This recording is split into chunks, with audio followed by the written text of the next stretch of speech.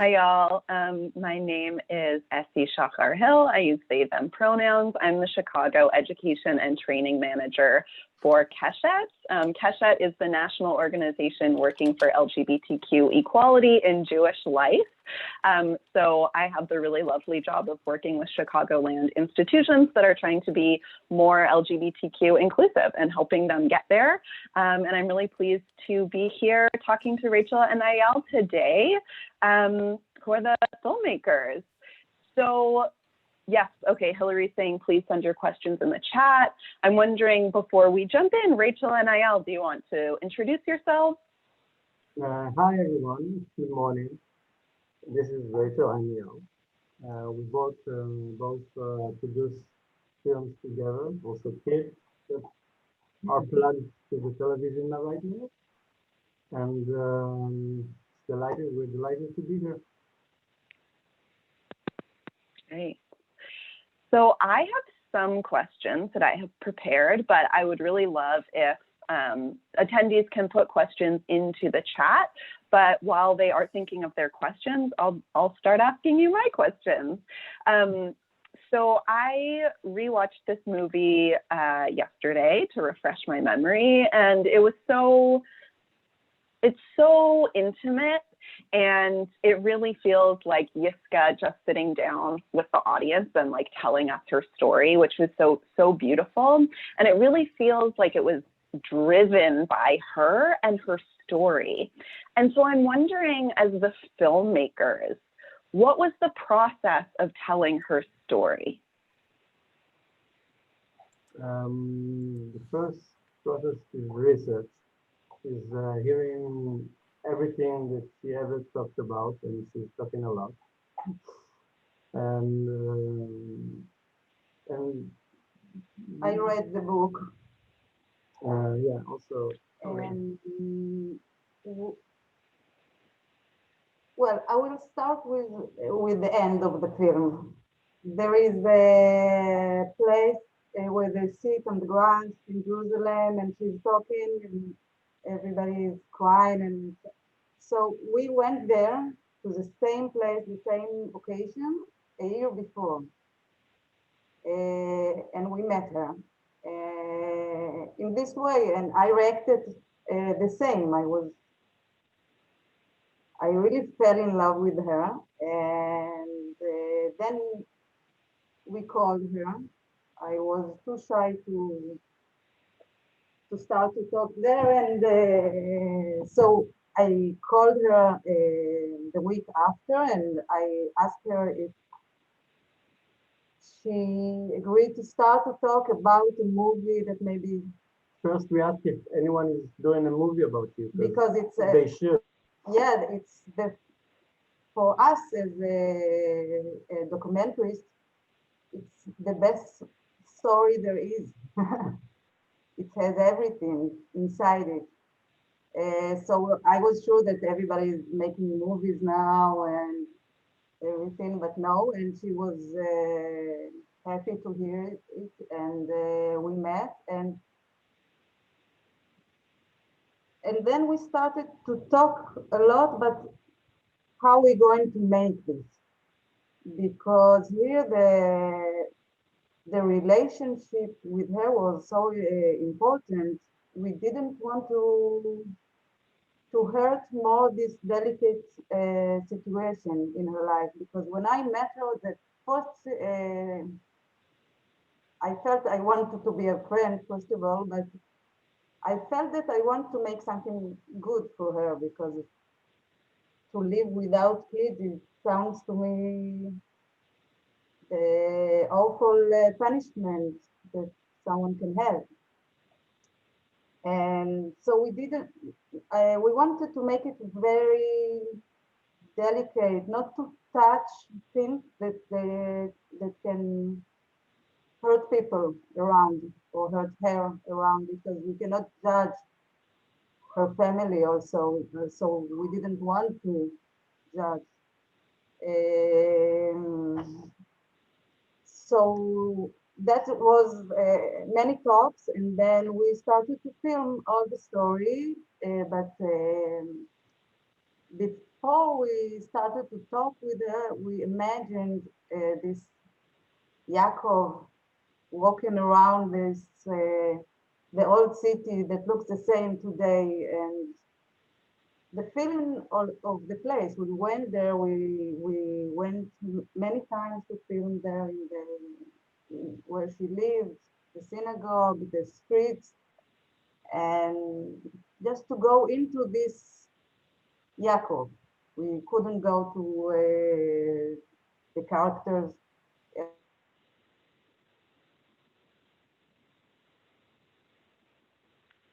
Oh, Hang on.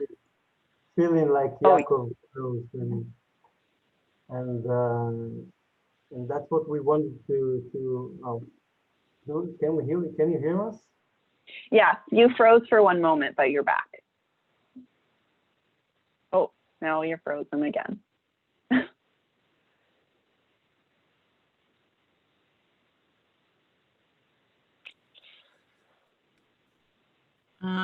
I think we should probably have them dial in via phone. Okay.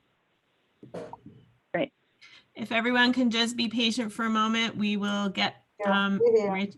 yeah, you guys might want to dial in with the phone number maybe, because you keep freezing. Okay, right. Hope it will be. Okay, but let's continue. We're okay. Enter your meeting ID, followed by the pound. Okay.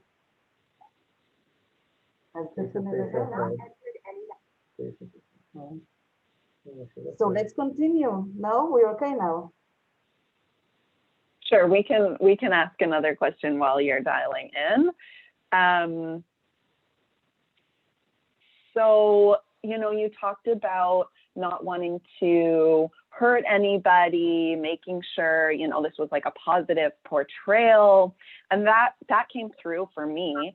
And I'm wondering, I don't know what communities you both are part of, but I'm wondering what it was like to film in the Hasidic community and what in that part of Jerusalem and what that was like. You had many things. First of all, I don't know if it's only positive or just positive, the portrait, because I asked myself many questions during the making of the movie that I wanted to show things inside.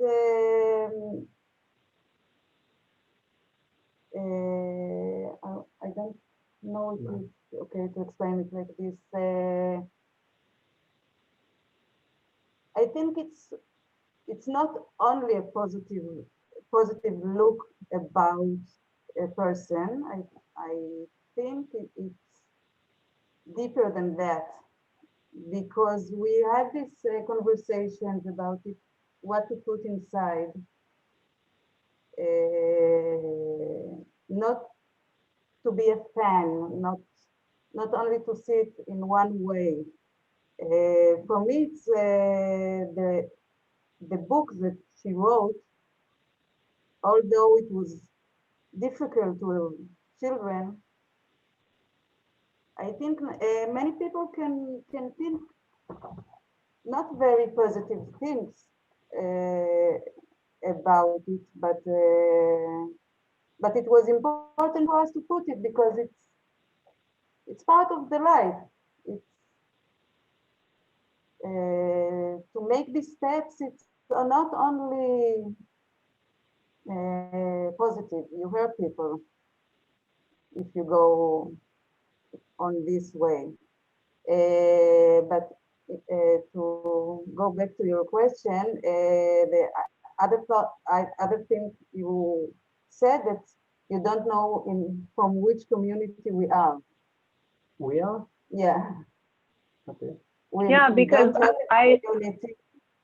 I don't want to assume I didn't want to assume that you do not have Hasidic roots or background. I don't want to assume who you are because I don't know you, but my perception was that maybe you are not Hasidic, but you are going into parts of Israel that are. And so I was wondering what it was like for you to be filming that community and how that was.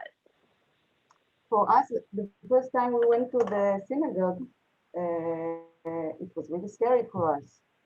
We went not with Iska. The second time we went with Iska, and we was amazed that she go inside without fear. No one can recognize her, but this place is so touristic. Yeah, I mean, the old city is so touristic. We went there as kids. We went there at school. We went there at high school. We went there with our kids. So the area is very familiar for us. The community itself lives in Four back streets. back in backyards. You don't really see them only passing the street. You don't really see the life. Yeah, and you cross another small street and there is a mix, so it was not really scary. It was with a synagogue, but they really used to tourists and I think we frozen. No? No, it's okay. We can hear. Yeah, okay. Right. So if that answered your question. Thank you. Yeah. Okay, we have some questions from other people. So someone is wondering, at what point, this is about Yiska, so I don't know if you know, but at what point did Yiska know that she was a woman, that this person says that she was in the wrong body? So do you know at what point she knew that she was a woman? When she was 5, she was looking at the mirror instead and look at and didn't understand why she doesn't see a girl. Yeah, She felt but as a woman, yeah, at this point she felt something was weird. There is a story, and any person has many stories to tell about. no, there wasn't a certain point, but there was a turning point. There wasn't a certain point that she felt like a woman, but there was a certain point that she felt like, okay, I'm gonna do it. I'm gonna go with it. And that's when she opened a magazine and she saw a story about a transgender woman, just like herself. She was reading like, this is my story. This is my story. Mm-hmm. And that's the turning point of her life. Really, she all her life she felt like a woman, not really adjust with her gender. I think it's all something of a movie to find the one point that you understand something. But in her life, I think it was many steps to understand and really because she was a religious man, it was much harder. And I think at every age you feel different about your own self, so definitely about your gender. Yeah. Yeah, I that came through in the movie of like, she always knew. She said even when she was 5 years old, she knew that what she was seeing in the mirror wasn't right. And then later when she met other people, maybe who were transgender, and she said, oh my gosh, that's like me. And, you know, feeling like it's maybe not that her gender changed, but she had more language for it. Like it was always there, and she just had more language and had representation and could say, oh my gosh, that's me, and then could start living her authentic life. In the movie, she's talking about it, that as a Hasidic man, she didn't read about it, she didn't watch television, she she wasn't connected to anything like internet or stuff. So That's a difference today. yeah. Yes, very different from today. Many young people, we have much more representation, especially, I'm not sure how it is in Israel, but in the States, there's much more representation of transgender people. And so I hope that nobody or fewer people have that horrible feeling as a young person, because they can see that they can grow up and be happy and healthy. Is it similar in Israel with the representation? In Israel, a lot of representation now, Yeah. and it's also in the army. Yeah. It's funny to say it, but the army also take transgender people. And in Israel, if something is in the army, so it's more mainstream in a way. But there is the problem with the religion that it's not easy to solve here. Yeah. And that is the difference, I think, between here and the States. Because the religion is inside the politics and inside everything. So it's one process with it. So many steps. Couldn't move ahead. Cannot move ahead.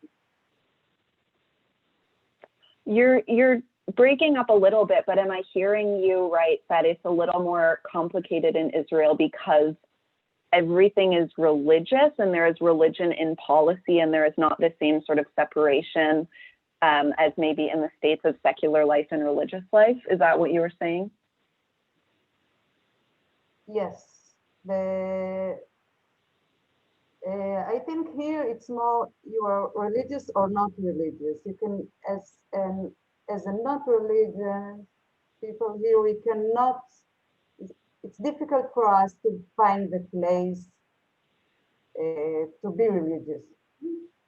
And from talking to Iska, I understood that in the States it's really different. It's really different. The meaning of being a Jew it's different in the States than in Israel. Yeah. Yes, we have. Yes, because we have, like, there's more maybe of a spectrum of Jewish life in the States. Like, we have LGBTQ synagogues. We have communities that are for LGBTQ Jews, whereas in Israel it sounds a little bit more like secular and very religious and nothing kind of in between. There are kind of betweens, but so few. Few, and this guy is one of them. Yeah. And for us, it was what was interesting because with this mixture that she can take things from the Bible and she takes things from the Bible and Rabbi wrote, and she can change it to the way she wants to see it. Not change it, but understand it. Understand it, and she wants to understand it, and it's something that we didn't heard before. Maybe for you it's more common, but for us, the religion comes with more close view, not open view around, but more close. So it was very inspiring to see it. Mm-hmm. Mm-hmm. I'm looking at the chat for some other questions that people have. So someone is wondering, when Yiska lost her job and came to the US, how did she support herself? I remember she said she worked at Starbucks for some time. Was that the main thing that she did to support herself? She was working a few years in Starbucks. Actually, she was studying in Starbucks as Yaakov, as Jeff, finished it as Jessica, and the Starbucks supported her a lot, and she's very grateful for that. So that's most of the years, and I don't know which place. He was also מדריך טיולים, A tourist guy? tourist guy in Jordan. I remember. No, but she means in the States.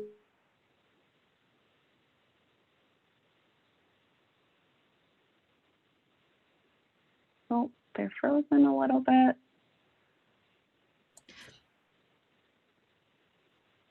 I think we should ask them to turn off the sound on their computer and actually use the phone if they come back.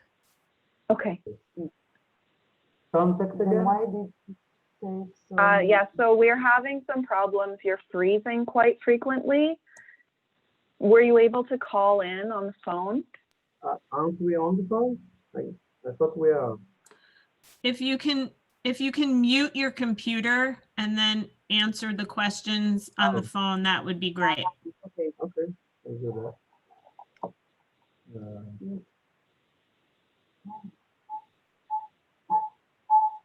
Not really. So, okay, but we can't hear them now.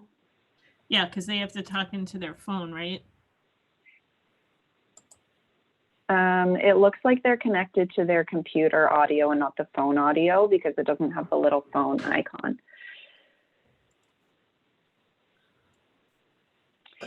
Rachel and Ayal, can you try calling in one more time? Can you hang up and try calling? Hold on, Essie. They did call in. You just need to Oh. press something to unmute. Hold on one second. I'm going to tell you what it is.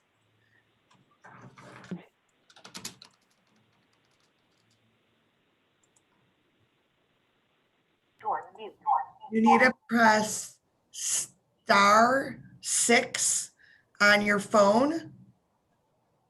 Okay. You are unmuted. Okay. Now, go ahead. Perfect. Okay, Okay. Thank Oh, you, better, Laura. perfect. much We can hear better. you so well. Thank you for your Much patience. better. Sorry Thank for that. That's okay. So you froze a little bit when you were talking about Yiska and what she was doing in the States. Can you say that again? She was working as in Starbucks. She started as Jeff and finishes as Jessica. And Starbucks support her very much. She's very grateful for them for that. That's what she did for a few years, not just in many places. She actually started from barista and went up to manager and management, and I think that was her main job. I'm not sure. Right. All right. I'm gonna ask one of my questions, which is, what was one of the biggest challenges in creating this documentary? The big challenge was the story happened 50 years ago, and you need to make a movie and to use and Iska has like I could count 15 pictures, no video, nothing in the archive. And that is why we went to Jerusalem and we filmed a lot in the street in the old city to get the feeling of what was 30 years ago. And I think that was one of the hardest besides how do you tell the story, if you tell it by narrative, if you tell it from top to bottom to top, everything like that. But the hardest one was really to make this story alive. Wow. I think it's such a testament to the movie that I didn't even think about that. Like, it felt so alive, and you did such a great job of telling the story that when you said that, I thought, oh my God, of course it was so hard because it had already happened. But the way you used the passports and the photos, like, so brilliant, that I didn't even think about that. So that's fascinating. Right. And it's working.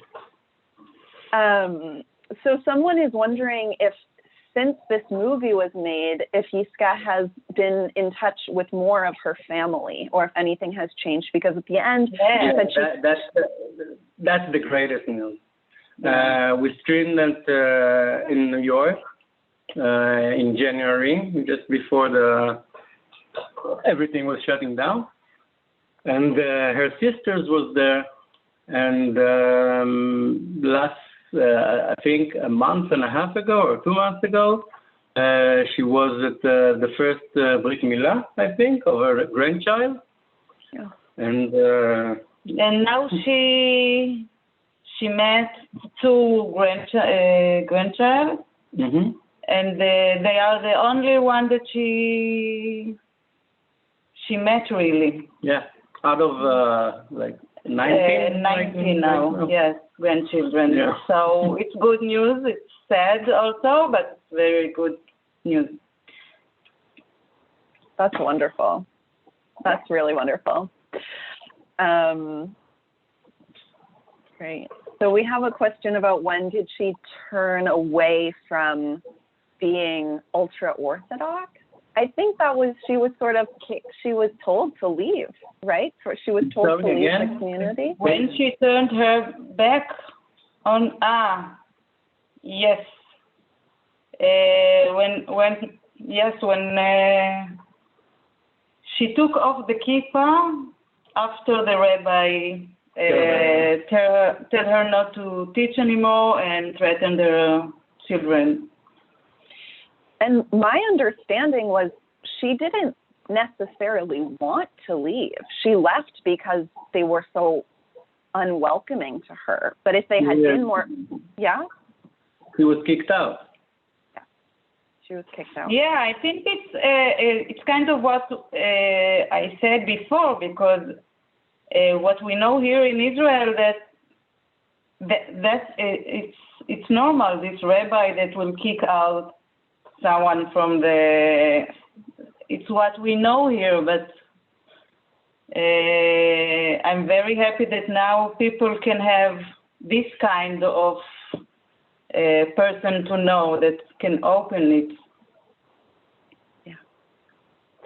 Yeah, and the film also is an example of such representation. Now people all over the world know about Yiska, and I'm wondering, how has the documentary been received? By her or by everybody? Everybody. Everybody.